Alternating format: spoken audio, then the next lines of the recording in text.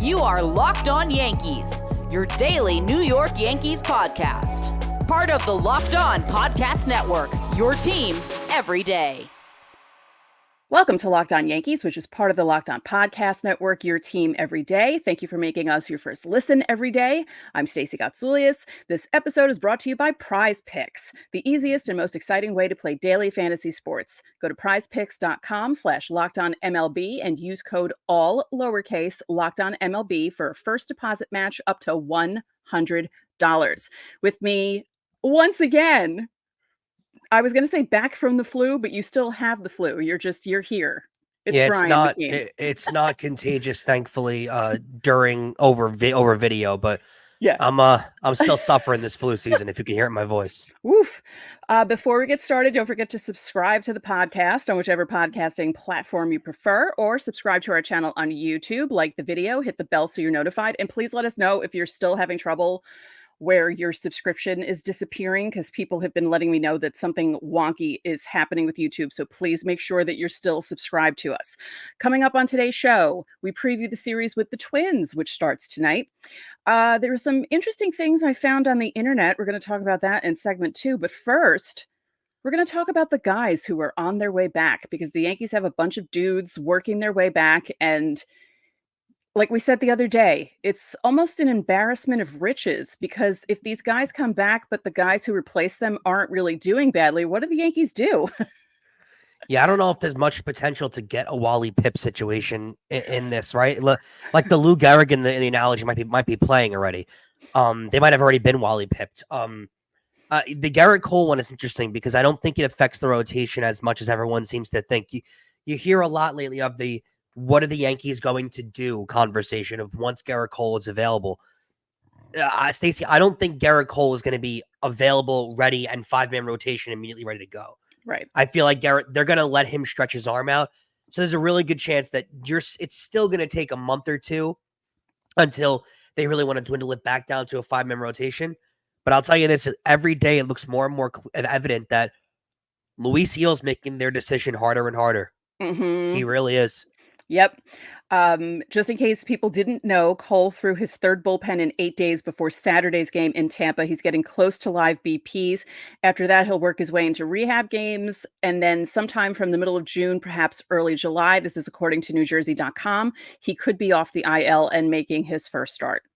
So it's sooner than you think. It's mid-May at this point. So July isn't that far off. No, yeah. And again, it might be a blessing in disguise, because you're going to go into a playoff series where his arm is going to be at June, July pace when the playoffs start, instead of it normally being 200 innings in, which is a good sign that he'll have less mileage on his arm when the postseason starts for them this year. Again, I keep wondering where they're going to go rotation wise, because for me, I thought Gil was going to be the guy. Like, no matter what, he's going to be the one but if he's going to be pitching, he's giving them length in games too. Yep. Like right now, I guess it's Clark Schmidt that leaves the rotation. I can't picture Nestor not being a starter. I don't know. Out of all those guys, Schmidt is getting longer and longer in games, and he's more consistent to me than Cortez. You don't know what you're going to get out of Cortez every other start. But is Nestor a bullpen arm? Like, do you view him as a bullpen arm? He used to be one. Yeah, well, that was before he came in, and he didn't come in designated as a bullpen arm. He came into the league. It was one of those, they eased him in as a bullpen arm. I don't know. I don't know who the odd man out is here. I feel like it's by default. It's Gil. It's Gil, and I think it's because of a innings limit. They don't want to push him too far because he's never pitched more than a certain number. Uh-huh. And, coming off Tommy John, you don't want a guy going from a career high of 85 innings and then suddenly pitching 200 on an arm that was just repaired with Tommy John surgery. So, but do you feel, is there anything inside that makes you feel like it almost worries you because he's going to throw, taking him out of the rotation almost makes it worse for me, because if he's pitching so well and he's this confident and he wants to be a starter, do you want to mess with that either? Right. See, I don't want that either, because I don't want a Jabba situation to happen. So yeah, that's exactly what they did with him, right? Mm-hmm. Yeah, I don't know. It feels, see, the situation, and we'll go on to the next guy as we're discussing this, it feels different with a guy like LeMahieu. right? Because LeMahieu could more or less be a plug and play kind of guy. Yeah. Whereas whatever decision you make now, again, they have more time than it appears with the pitching rotation because this could very easily be solved by one of their starters getting hurt.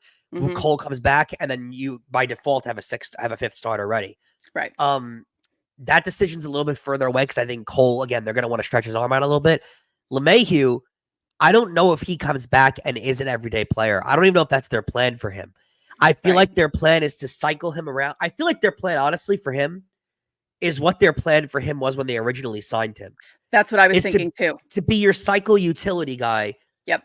When a guy needs a day off, you put him in and you let him play third base, second base, first base. He was just so good in that first year that you had no option but to play him every day. Yep. This is also according to NJ.com because this is where I got all the information from. It was in one article. DJ faced live pitching on Saturday in Tampa, came out of it well. He'll do that again early this week. Then he'll be cleared to play rehab games.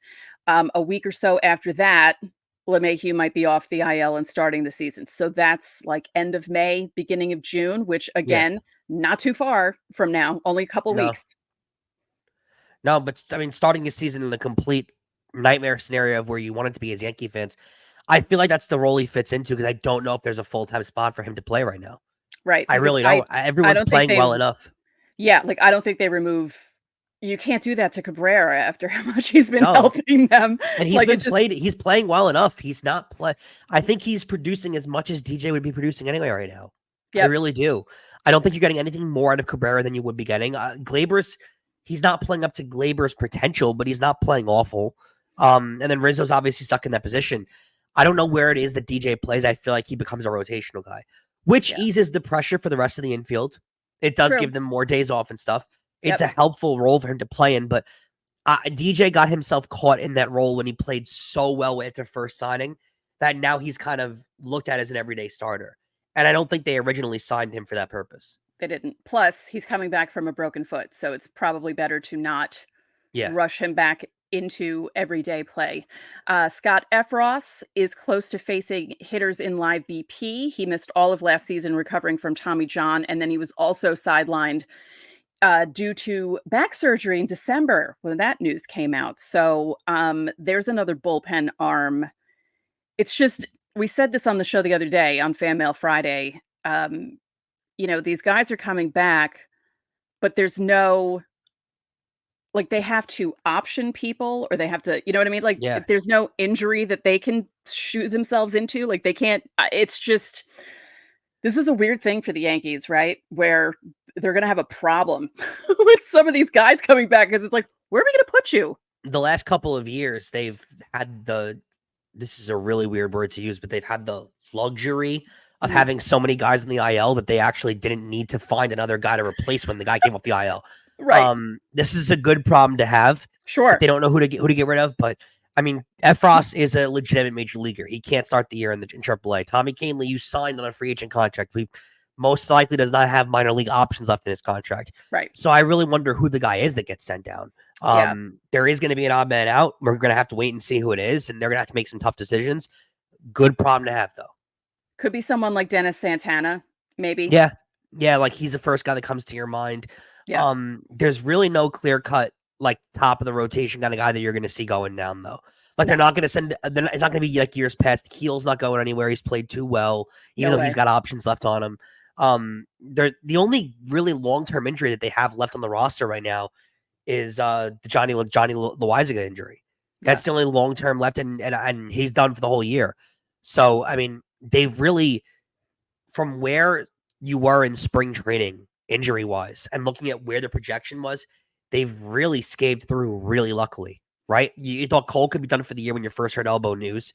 That turned out to be best case scenario, I would look at it as. The Judge missed a lot of time in spring training. You thought, oh, God, what's this happening?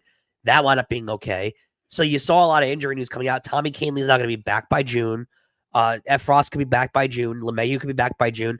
If I told you all those things last week of spring training, you would have been like, you know what? I'll take that. So I think you signed for this and you count your blessings. Yep. Two more quickly. Kahnle, you mentioned he pitched a 1-2-3 inning on Saturday in Tampa. did the same thing last Wednesday. His third rehab outing will be tonight in Somerset. Then he's scheduled for 3 more. Also playing tonight, Jason Dominguez, first game in Tampa. He's starting a 20-day rehab assignment clock. So that clock will be up on June 4th, and they're going to have to decide what to do with him. So it's another instance where it's like, yeah, I saw a report that they may be interested in keeping him in the minors. I don't know if they can really do that. I mean, obviously they can. Like, he has plenty of options left. I think yes, they can. They will, like, yeah, technically they can, because I know I'm going to get a comment on that or a tweet. But I know technically they can. I don't know if they're going to be interested in doing that because of how well he played in his major league debut. Like, clearly he can play at this level. Yeah. I don't know if they're going to want to keep him in the minors for that long. I don't know. Like, I think he's a guy that you actually force into the lineup. He might be better than Verdugo right now, and that's saying something, because Verdugo's played really well. They're not going to do it. They're not going to replace Verdugo with Dominguez. I don't think that's going to to happen. I really. So what do you think they do? I don't know. I think they're going to have him hang out in the minors for a little bit there, and like wait. Plus, for he's coming almost? back from Tommy John. Like, you don't really want to rush him back. I know he's not a pitcher, but you don't want to screw anything up. He's still super young, so he has the time. So what do you think it is, though? You wait for Verdugo to have a calf strain. You wait for Judge to have his yearly IL stint, right? Like what do you I don't know. I don't maybe believe Stanton, in keeping... and then maybe Dominguez DHs. Like, who knows? That's a definite pot. I mean, Stanton might run too hard on a ground ball, but I don't really love to sign up for the idea of keeping guys in the minors because there's no place to find. If he's talented enough, they'll find room for him in the lineup. Yeah. So I don't know. I'm having trouble with this one because I keep seeing conflicting reports. I just think Dominguez, he's a major league talent. You got to find room for him to play. Yeah, I don't know. Maybe the Yankees shouldn't have signed certain people because then there was no room for Dominguez to come back. Should have rocked it hard, please. Yeah. Coming up in segment 2, some odd stuff on the internet. One was funny, one was odd. We're going to talk about it because I was looking things up. It's a slow day, people. The off day, there's nothing really happening. We're talking about guys coming back from injuries. There's nothing major happening with the Yankees. The vibes are good. They're doing well, so it was kind of like, what are we going to talk about today? So don't subscribe. No, subscribe. No, subscribe. Don't forget to subscribe. And again, as I said at the top of the show, something is happening in YouTube. Please make sure that you are subscribed to us because I've had 3 people tell me that they've been unsubscribed automatically by YouTube. So please double check that. Hit the like button on our videos, hit the notification so you know when our videos go up. Also reply to the pinned comment on our videos Monday through Thursday if you want your questions answered for Fan Mail Friday. We do that every week. Or you can join the Locked On Yankees Insiders Club. The link is in the description. You'll get texts from us. You can text us questions, and there's a 14-day free trial. So again, we're going to talk about some interesting things coming up.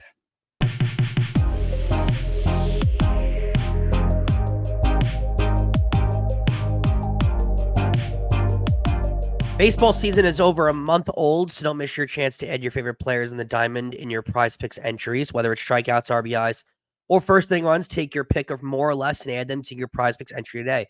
Guys, let's be real. I'm not going to hide anything. I've been sick the last 2 days, right? The flu has hit me. And what better thing to do than to sit on your couch, crack a can of soda, start to feel a little better, and bet on some baseball and play some Prize Picks, right? Get this. You can win 100 times your money on Prize Picks as the world's best players take their game to the next level, right? Basketball's postseason is going. Hockey's postseason. There's baseball on in the middle of the day. And they've got something for everyone, right? You could pick Jalen Brunson, Aaron Judge, Artemi Panarin, all on the exact same entry. Testing my skills on Prize Picks this baseball season is the most exciting way to play daily fantasy sports. If you have the skills, you can turn $10 into $100 with just a few taps from the comfort of your own home. Quick withdrawals, easy gameplay, and an enormous selection of players and stat types or make Prize Picks the #1 daily fantasy sports app. You got to download the app today. Use code LOCKEDONMLB for a first deposit match of up to $100. That's code LOCKEDONMLB for a $100 first deposit match.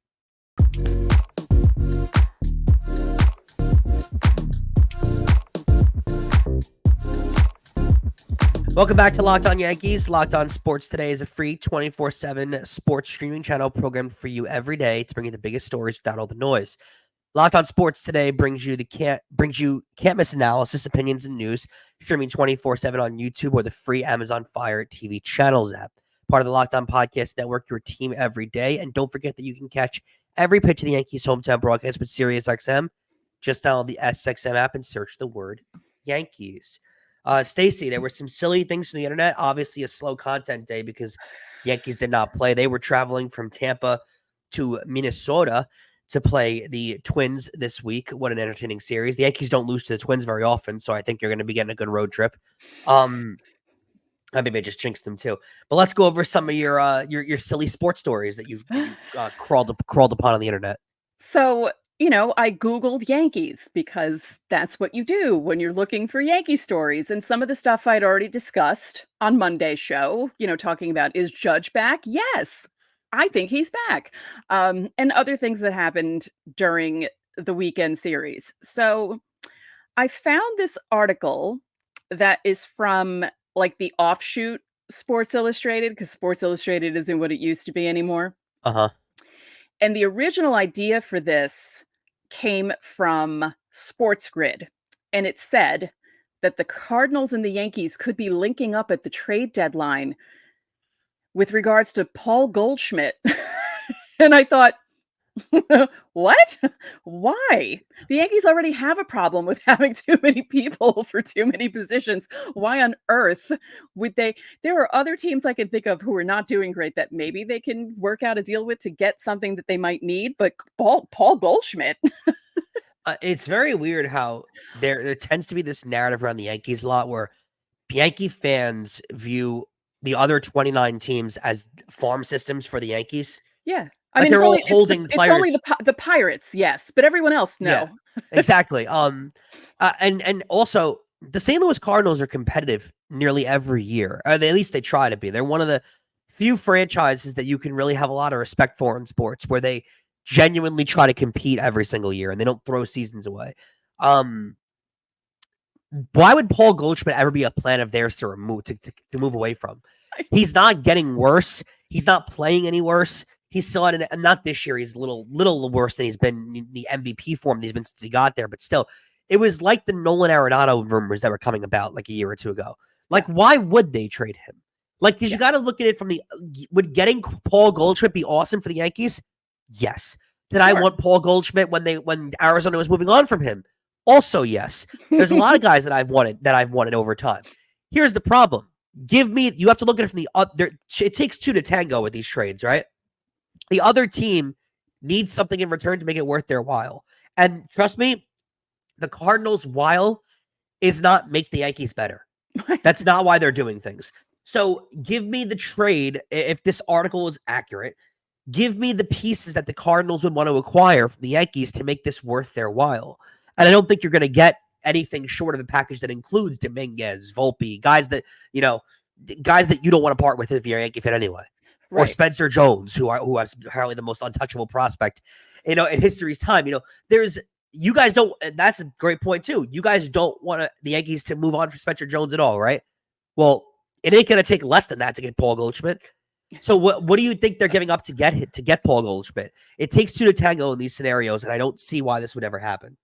So the quote that kind of cracked me up was, even though the Yankees are getting more production from their veterans this season, rumors of a potential move between New York and the Cardinals involving Goldschmidt surfaced last year. When? With Juan Soto set to hit free agency next season, the Yankees must be all in to win a World Series this season. Even with Goldschmidt's documented struggles this season, the fit in New York would do wonders for his confidence. So this is all about Paul Goldschmidt and his confidence getting better by going to the Yankees. Well, while I agree with you, do they necessarily need like a difference? Like, isn't Rizzo? It would be hard to debate. I think Rizzo's actually playing better statistical wise than Paul Goldschmidt is this year. Oh, he's right? And he's also picking things up. I really believe that he was still kind of foggy from what happened with Tatis last year. It's been nearly a year since he had that injury. And he seems to have woken up from it in the last few weeks, and he looks more like Rizzo. So, well, let's see. Rizzo on this season is 265 with 7 homers and 24 RBIs. Goldschmidt's batting 197 with 13 RBIs. He's batting much worse, 13 RBIs and 3 home runs. So he's 197 by far statistically way worse. I mean, I don't. Again, and why would the Cardinals move on from this point too? Goldschmidt's value is at its all-time lowest. Right. Like they couldn't really. So why would they're going to get less for him than they could ever have possibly gotten for him? Right. You can't expect, like, I got the Arenado rumors, right? When you didn't have I get them still. If those rumors were in this article, I would get it because Arenado's an upgrade over Cabrera. So I understand that. Goldschmidt makes no sense. No. And, I don't like when people utilize the Yankees as everybody else is their farm system. Everybody else exists for the purpose of the Yankees winning the World Series. Right. I wish It wasn't it was that just way. the Yankees. It wasn't just the Yankees in that original. It was a slideshow kind of thing. It was San Diego, Cleveland, the Yankees, Houston, and now I can't remember what the fifth team was. So there were 5 teams, possible landing spots for Paul Goldschmidt, and I just thought that was really funny because I don't even know why the Cardinals would move on from him. Yeah, I didn't even hear anything about that. So the second thing that I found, I was looking through Yankees Reddit, which I'm always scared to do. I actually Googled myself and noticed that someone said that I said something, but I couldn't find the post where they mentioned me. And I thank God, because no. But this was posted, I believe, earlier today or yesterday. The person said, from England here, I've only been watching the Yankees since last August when we went to New York, completely fell in love with the sport, but obviously know nothing about anything. Can someone explain the booing and hate for Altuve? I can't find a clear answer online. Thanks. Oh, boy. As Kevin Hart would say, you're going to learn today. Well, I have to say, the answers that I saw, at least the first 4 that I saw underneath his post, explained everything. Very nicely, too. Like, very polite, like, oh, well, this is what happened, 2017, this and that. He claimed that he wasn't involved, but he was complicit because he knew the other guys were doing it. Blah, blah. So I found that very interesting. I also love that so many people from England are falling in love with baseball. Yeah. It's that American kind of like, it's kind of like how Americans started to fall in love with Premier League a few years ago. Right. Like we're like loving each other's thing. Don't forget though, I always want to keep this like alive and well-informed Yankee fans. Don't forget 2019, the buzzer. Don't forget that. Everyone always wants to forget that. I will never, ever back off. There is no reason why when their thing that postseason was tearing guys' jerseys off while he's running home to grab the jersey and say, no, like this, like, don't touch me, and grab this. But he had part a of his jersey. tattoo and he was shy about it. Yeah, it's a new tattoo he didn't want to show off. Yeah, sure. Speaking of English people, in case you guys didn't know, our Locked On Marlins host is from England, Peter Pratt. And I love listening to his show because I love hearing the accent talking about baseball. And he's so into the Marlins. The Marlins. Yeah. That's the team he chose. So I love that. People from England are really getting into baseball. But I have to say, Yankees Reddit, you did me proud. I'm so happy that you were nice to this person because I was afraid at first. Yeah, I'm sure there were a few comments below that kind of like would have turned your cheek, but right. But for the most part, I was like, good on you, Yankees Reddit. I think we might have to make this a feature for other off days. Maybe we find stuff on Yankees Reddit and what's going on Yankees Reddit. Yeah, I think we need to do that because it's not all scary on Yankees Reddit. No, always. It's not all scary. Coming up next, we are previewing the series with the Minnesota Twins, who beat the Yankees in the season series for the first time last year since 2002. Can the Yankees rebound?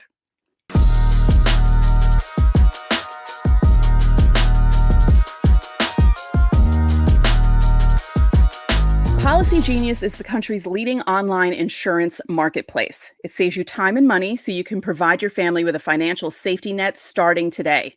With Policy Genius, you can find life insurance policies that start at just $292 per year for $1 million of coverage. Some options offer same-day approval and avoid unnecessary medical exams. Because life can be unpredictable, and Policy Genius can take away the worries of what your family would do if something happened. Policy Genius gives you unbiased advice from a licensed expert support team. They have no incentive to recommend one insurer over the other, so you can trust their guidance, which is good because when it comes to life insurance, a lot of it is very confusing. They have thousands of 5-star reviews on Google and Trustpilot from customers who found the best needs or the best fit for their needs with Policy Genius. So check life insurance off your to-do list in no time with Policy Genius. Head to policygenius.com/lockedonmlb or click the link in the description to get your free life insurance quotes and see how much you can save. That's policygenius.com/lockedonmlb.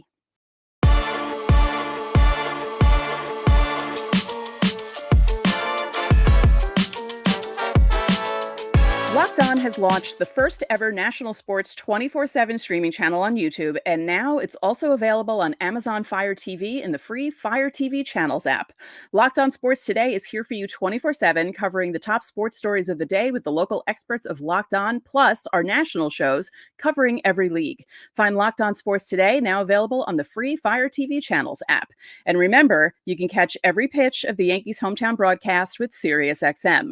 Just download the SXM app and search the word Yankees. Now you can listen to the Yankees play the Twins starting tonight in Minnesota. Carlos Rodon against Chris Paddock. Remember when Chris Paddock was the next best thing? Vaguely, yes. Remember when he was that prospect coming up and he was like the top tier guy in all of baseball coming up, and that did not last for a while. Yeah. A series in Minnesota. The Twins always are a weird team to me. Because it seems that the Yankees last year, the Yankees finally lost the season series to them. But damn, the Yankees have taken care of business against Minnesota for years and years and years. Minnesota off to like a very average start for them. Yankees have played a lot better than them this year. Every Rodon start I really look forward to, because I feel like the narrative is always the same going into every Rodon start, but it still holds true, right? Keep continuing to pitch the way that he's pitched all year. And like he's had the one bad start. Other than that, Rodon's been awesome this year. Their whole staff's really been awesome. So I'm really curious to see how he looks in this start. And let's see if the Yankees can get shut down by another guy with a 4 ERA. Well, I thought you were going to say that the narrative was, how sweaty is he going to be in his jersey? Is it going to take 1 inning, 2 innings for him to be completely drenched? I think he'll be better in this one because it's like, northern U.S., like sort of Canadian border. Might be a little cooler. It's not quite the summertime there, so it might not get those hot nights. Maybe. Whereas if this was a game in the Bronx, the game that I was at last Wednesday, he was dripping. Mm-hmm. And it wasn't even that hot out. Right. That always cracks me up when they're sweating that much and it's not that hot out. Game 2, Marcus Stroman against Pablo Lopez. That's another guy that used to be the next big thing, right? He still kind of is a really top tier pitcher. The Twins gave up a lot for him last year. It is a really fascinating matchup. I think Stroman's finally starting to settle into the guy that he actually is, right? Like he came into this year, he was pitching really well, had a lot of momentum behind him. I think now he's finally settling into what Marcus Stroman is, which is a really good number 3, right? A 3.8 ERA, somewhere between 3.5 and 4. That's what Marcus Stroman is, and I think the Yankees signed him to be that, so I think that's good. And in the finale, Clark Schmidt against Joe Ryan. What a start by Clark Schmidt. Oh, yeah. Yeah, now it's been 3 starts in a row, too, over 6 innings, where we sat there, and early on in the year, we were part of the train that was, chugging towards, Clark Schmidt needs to give you more depth in games. He needs to go longer. He needs to give you more room. He's answered the bell, right? Yeah. He goes long into every single game. He's done what he's been asked of him. They can't ask for more on Clark Schmidt. Now his ERA is finally under 3. He's pitched so well for them. I'm really excited to see where he takes the rest of this year. Yep. Because guys like him and Heel, it makes Boone's decision and Cashman's decision harder and harder as the year goes on. It really does. Yep. We'll see how he, if he uses the same game plan that he used against Tampa, which was no fastballs, sweepers, knuckle curves, that sort of thing. So we'll see if he sticks to that game plan. Another thing too that needs to be noted too, this Yankees rotation has really done a great job at learning how to adapt to what lineup they're going up against. Yeah. Right? Like they haven't stuck to, this is how I pitch, this is how I'm going to pitch. This lineup in every game, they have let the other lineup and what they struggle on dictate how they pitch. You've seen it in Rodon multiple times this year. You've seen it with all their pitchers, right? If guys hit the fastball really well, they go more towards the breaking stuff. If the other team hits the breaking stuff really well, they go more towards the fastball. It's really great to see on the Yankees rotation. They're letting what the other team struggles with dictate how they're going to pitch to them. So it's May 14th. The Yankees are 27-15, and that's without Gerrit Cole in the rotation. Yeah. What more could you have asked for? Seriously. If you had told me that when the news of his injury came out, I would have been like, I will take that. Yes, yep, definitely. Exactly. Yeah. So I put 3 keys to the series, or things that I wonder about with this series. Can they win another series? Because they've been, other than the Baltimore series, they've been pretty Yeah. good at winning series. But the Twins aren't exactly pushovers. Like I said, last year, first time they won the season series in over 20 years. It was a big deal for the Twins. The another key, will Glaber be able to build on that big home run? Because sometimes it just takes a big hit for someone's confidence to come back. Yeah, and that's huge for Glaber because by far his biggest hit of the year. Yeah. By far his biggest hit of the year. So I'm really looking forward to seeing if he can build off of that. And can Stroman stop giving up home runs? Yeah, it's been a big talking point in his but again, I think Stroman's giving you what Stroman is going to give you. Like, Right. he is pitching like what they expect out of Marcus Stroman, which is fine. Right. He's coming into his own and he's becoming Marcus Stroman, which is exactly who they signed. Yep. So we'll see how they do. It should be okay. One more time, you can join the Locked On Yankees Insiders Club. There's a link in the description under our YouTube videos and a 14-day free trial. You get text from us. You can text us questions or comments. I was having a nice conversation with Insider Debbie this afternoon. Or you can leave your questions under the pinned comment below our YouTube videos to get your questions answered for Fan Mail Friday. If you join the Insiders Club, you get top priority, but we'll still answer your questions on YouTube. And remember, you can catch every pitch of the Yankees hometown broadcast with SiriusXM. Just download the SXM app and search the word Yankees. That'll do it for this edition of Locked On Yankees. I'm Stacey Gotsoulias. And I'm Brian McKeon. We'll talk to you tomorrow.